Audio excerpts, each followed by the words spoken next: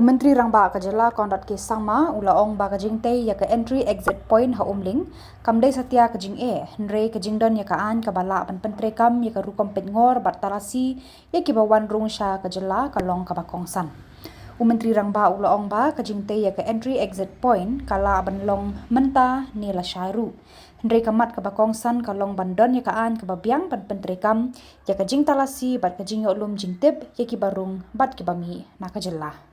Getting an entry-exit checkpoint is not an issue. We can set it up today, we can set it up tomorrow.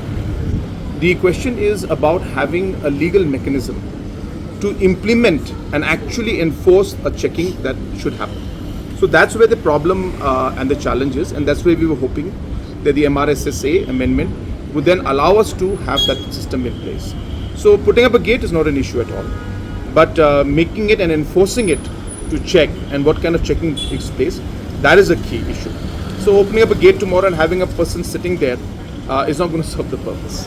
So he's right in the sense that we will set up, but as I said, in order for it to become actually effective in the way that we would want it to be, it will require some work to be done, which is what the MRSSA amendment was supposed to be. We're working on it. Let's hope for the best.